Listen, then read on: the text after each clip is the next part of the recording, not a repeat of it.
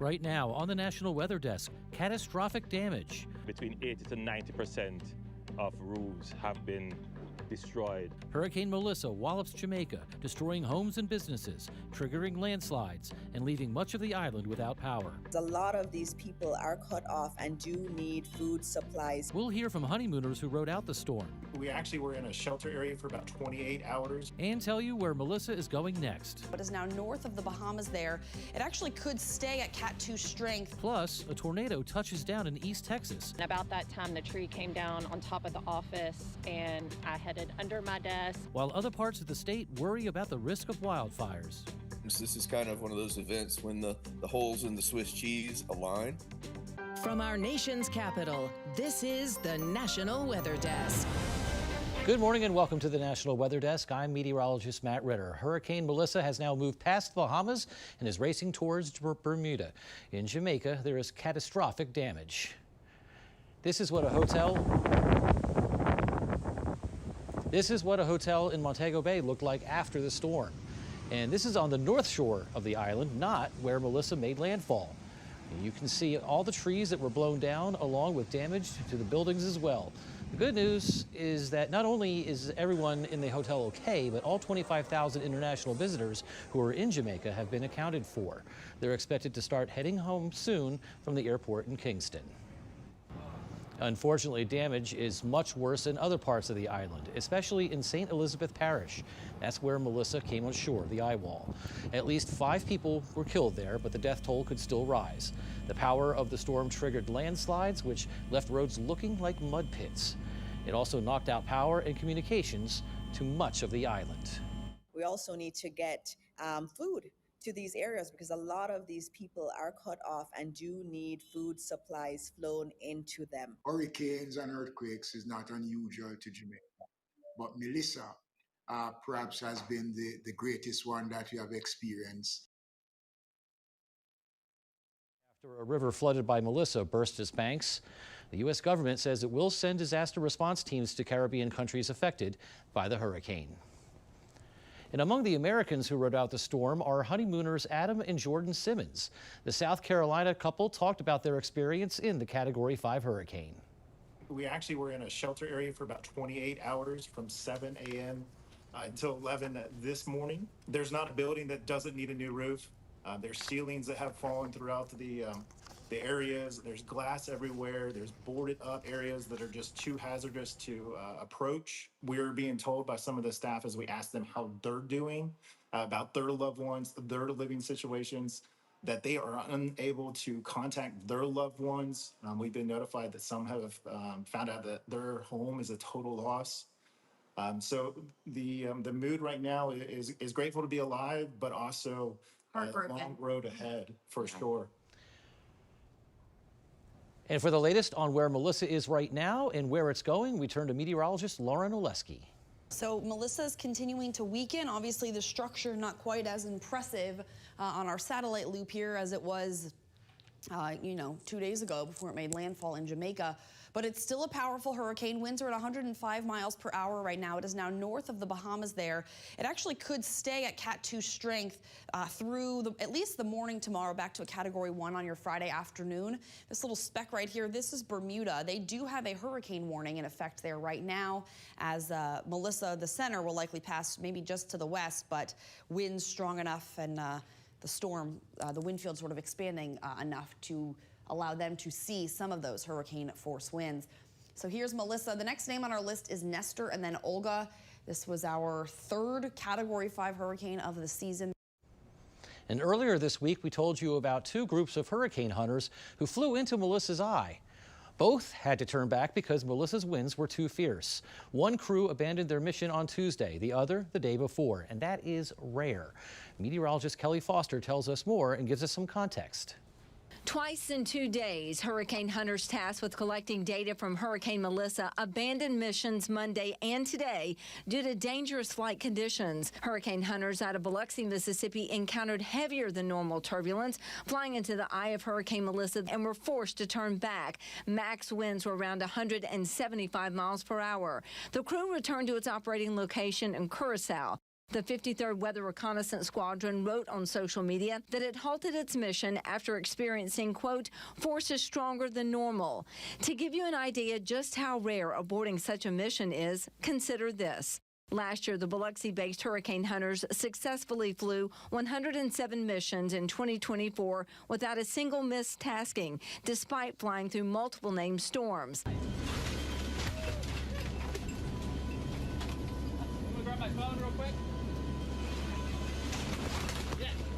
A similar situation Monday when NOAA hurricane hunters turned back after attempting to investigate Hurricane Melissa. It happened after the NOAA aircraft, a WP-3D Orion turboprop known as Kermit, measured wind speeds of 165 miles per hour.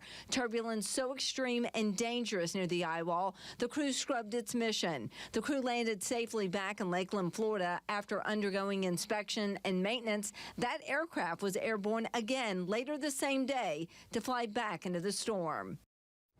Now, in other weather news, the National Weather Service confirms a tornado packing winds of 100 miles per hour struck East Texas Tuesday afternoon. Residents of the small community have already started rebuilding. Reporter J.D. Conti was out with the National Weather Service near Lindale, Texas, as they surveyed the damage. We heard something and we didn't have time to do nothing. In a split second, as this storm system swept through northern Smith County. Dude, what is happening? Families who live along County Road 4106 and 4108 ducked for cover as trees on their properties came crashing down. Ashley Turner caught one of those moments here. Oh my gosh. Then the wind started picking up and I was like, this is crazy. And about that time, the tree came down on top of the office and I headed under my desk. After that happened, she phoned her neighbor Sierra Petty, seeing that a tree tumbled down where Petty would normally park her car. There was 2 windows gone. Sierra tells us she had just left to pick up her children from school, but came back to see one of the brick walls to her home in pieces and the roof ripped apart. For Mark Cruz down the street, You heard it and then boom, it was here. I mean, you didn't have a choice, it was here. when the storm hit, he was herding cattle. Couldn't do nothing, stuff was already flying. And I just laid down the floorboard of the side by side and stayed there till it was over with. All 3 families say this storm came with close calls. I don't really know what to say about the damage. I'm just thankful that no lives were lost. Lots of damage, but lots of love from their neighbors who are helping them fix what has broken. And elsewhere in Texas, high winds and low humidity prompted red flag warnings for several parts of the state. Firefighters were on standby because of the increased wildfire risk. The area received some rain last weekend, but it wasn't enough to keep soil moisture in a good place. Jamal Kennedy has more. This is kind of one of those events when the holes in the Swiss cheese align. Outside of an Austin fire station, a sign displays Wednesday's fire danger as extreme. With wind gusts potentially reaching 30 miles per hour or higher in some areas, Chris Dibbrell with Austin Fire's Wildfire Division says what concerns him most are the moisture readings in some of the vegetation around town. He says many are too low. That gives us information that those trees are ready to burn.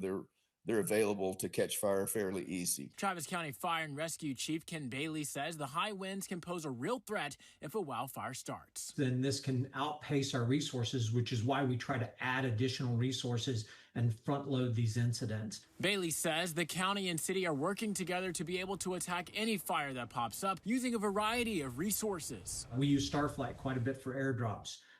Most people don't realize that we can also use Air One, which is APD's helicopter, if need be. Ultimately, it comes down to doing whatever it takes to keep any wildfire that starts at bay. With the winds like this, it's a time game. You know, the faster we stop it, the better off it is. Now check out this time lapse of sunrise over White Bear Lake just north of Minneapolis. This starts at 6:50 a.m. yesterday, which as you can see was fairly gloomy and cloud covered. And as the morning progressed, the clouds eventually gave way to more and more sunshine as the clouds broke up. Over the lake, just after 9 o'clock is where the time lapse ends. As winter approaches, those boats you see will soon have to come out of the water because of the icing over, of course. And coming up on the National Weather Desk, cleanup is still ongoing in North Carolina 1 year after Hurricane Helene. We'll check in on the progress. Plus, tips for getting rid of all those fallen leaves in your yard.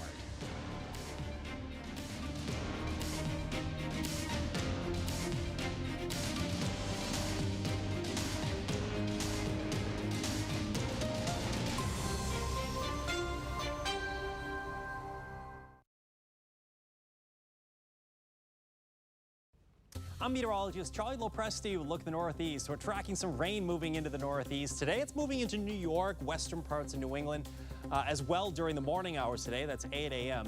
Here we are at about 2 o'clock in the afternoon. A good chunk of New England will be dry during this period, but it's still raining farther off to the west and through northern parts of New Jersey.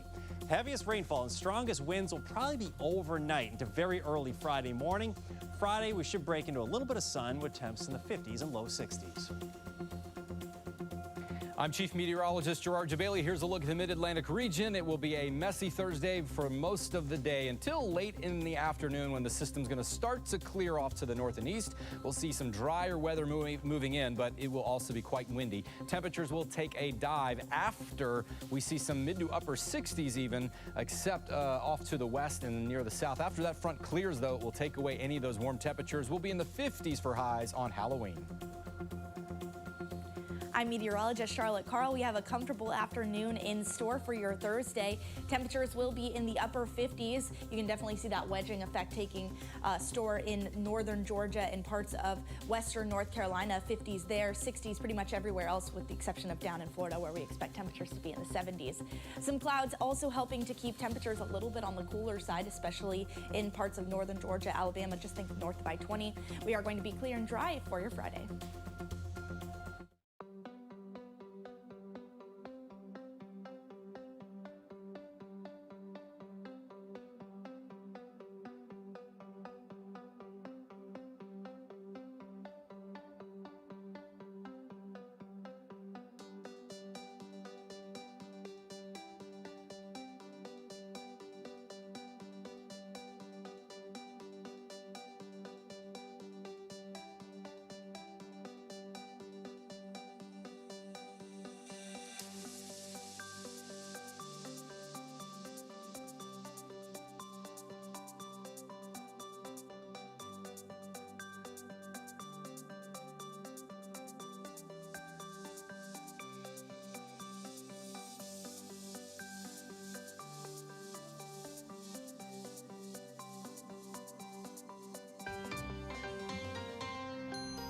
I'm George Waldenberger, meteorologist at Como News in Seattle, Washington, and you are watching the National Weather Desk. And cleanup and recovery continue in western North Carolina more than a year after Helene. The efforts of an Asheville area nonprofit are about to expand because they've received an influx of money. Gracie Palmer tells us more. Mountain True's mission seemed impossible at first. My first thought was, we'll never recover. To clean up every single piece of debris from our rivers after Helene. We keep committing that we'll be here till the last bag of trash is gone. But now the goal seems a little more attainable. You know, it's not rocket science, it's just persistence. After recently receiving a $750,000 grant from the Center for Disaster Philanthropy's Recovery Fund. When we started this program, we were operating about 6 or 7 boats. Now we're in the realm of about 70 boats or so. With the newly obtained funds, they've been able to expand their efforts into Tennessee. As you all know, the rivers don't end at the state line. And in doing that work, reach a milestone of picking up 4 million pounds of debris, averaging 100,000 pounds of trash a day. Mountain True now has around 80 employees, not including volunteers, working daily to clean up surrounding rivers. Now we have 8 teams in the field. You know, we're having items come in daily. Part of those expeditions involves collecting and saving lost artifacts, varying from family photos to dog collars and cameras. For a person who has lost like their entire home, when they find just that one item from their home that they can identify, this was hanging on the wall in our bedroom. It's pretty powerful. Artifact technician Mandy Wallace says that she has returned around 15 items to their original owners. She said she finds the majority of them through social media. Now, most of us are finally at the part of autumn where the leaves are covering the ground and falling fast. What to do with them? Raking leaves into streams and lakes and burning them, not the best ways to get rid of them. Meteorologist Heather Bricka shows us what we should do with our leaf piles. The challenge is, the leaves just come down so fast, for most of us at some point, that the mowers just can't handle it. But what are you supposed to do once you get the leaves in piles? What we recommend is if you have the property and space, is compost them instead. You actually don't need a lot of space to do that. You can make a very simple compost bin out of reclaimed pallets, or I've even seen people do it with snow fence, which is a really cheap way to do it. And it's pretty effective. Burning leaves is not a good option because it's dangerous to the environment. Burning leaves does add more carbon to the atmosphere. It's an easy way to get rid of them, but it's not necessarily environmentally friendly. And with a lot of the complaints that we get sometimes, it's also not necessarily friendly to neighbors, right? If they don't like the smell of burning leaves. Michigan Department of Natural Resources says leaving the leaves is another great option. From chipmunks to toads and insects, they live in the leaf layer of the forest, but it's not good for the grass. Most of the turf grasses need sunlight, and so you either need to blow or rake, or you can, if you have a mulching mower, chew them up and leave them, cut it high and let it lie. Oak trees are one common tree we have in northern Michigan. Some people may think that oak trees do not compost, but according to High Day, the leaves take extra time to decompose. We would encourage people to reuse them as best you can, and again, it depends on the person, the situation, the equipment you have. There's lots of different options. The important part of getting rid of your fall foliage properly is so that it doesn't end up in our landfills. The Dolly Sods region in the Appalachian Mountains of West Virginia used to be known for having a healthy brook trout population, but that's not the case anymore. Officials are trying to bring back the once abundant fish. Meteorologist Brandon Stover has more. Red Creek, the main waterway on this highest plateau east of the Mississippi River, is now mainly lifeless. Up here at 4,000 feet, temperatures aren't a problem for brook trout. It's the acidic nature of this water, but this limestone sand should change that in the coming years.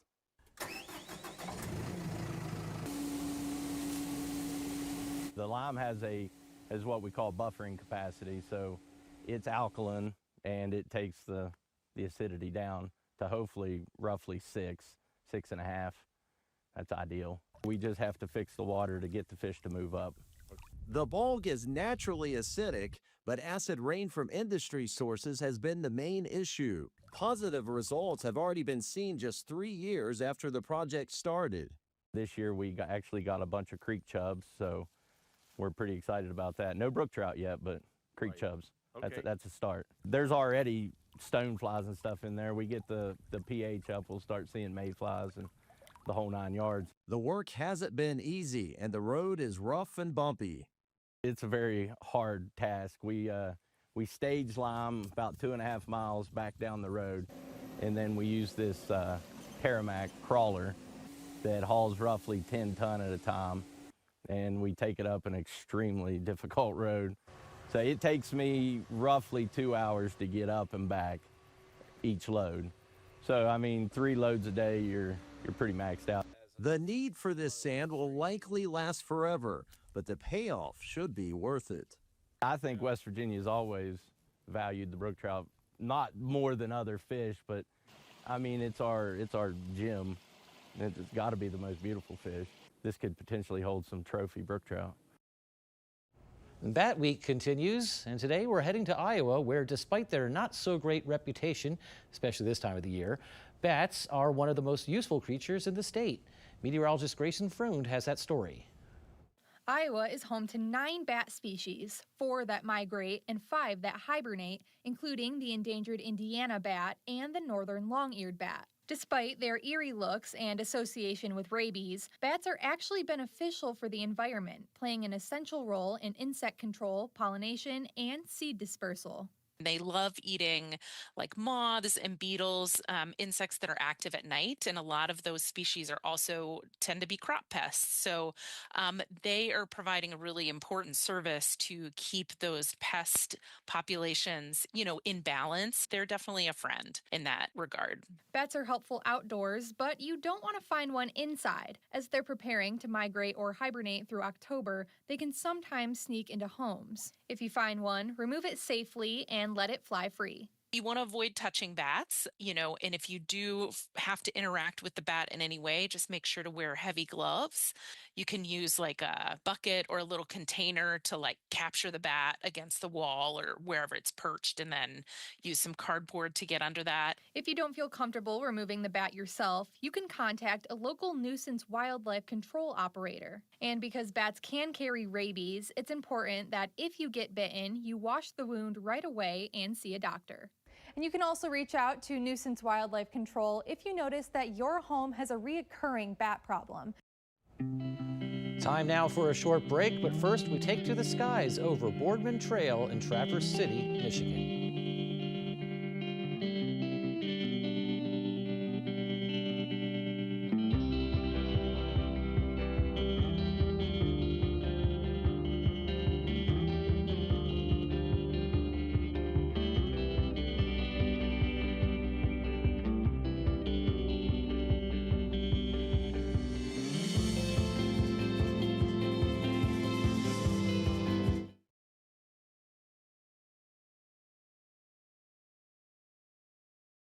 Good Thursday morning, everyone. I'm meteorologist Andrew Buck-Michael. Pretty quiet weather across most of the Midwest today. Still have some rain out across the Ohio Valley, kicking its way out to the east as we go through the day today. But we do have a few rain showers, maybe even a little bit of a wintry mix sliding in from the north there. A little rain-snow mix-up towards Bismarck tomorrow.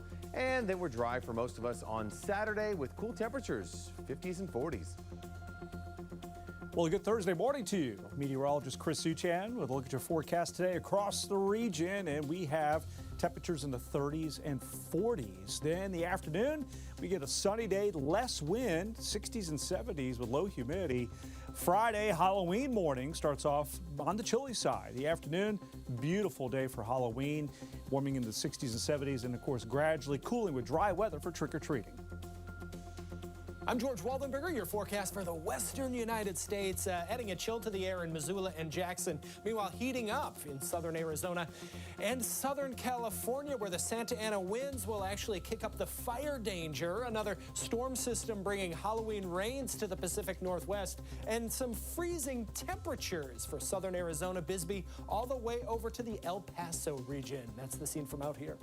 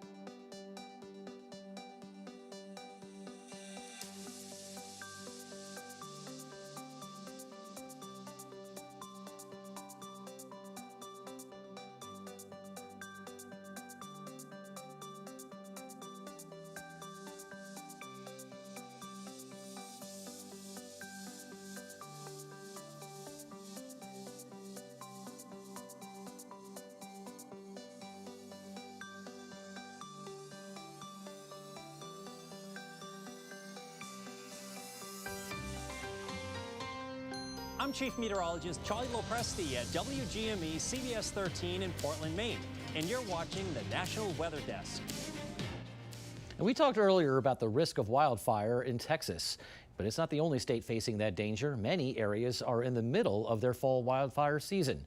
Meteorologist David Boyd gives us a closer look at how exactly fires can spread so quickly this time of year.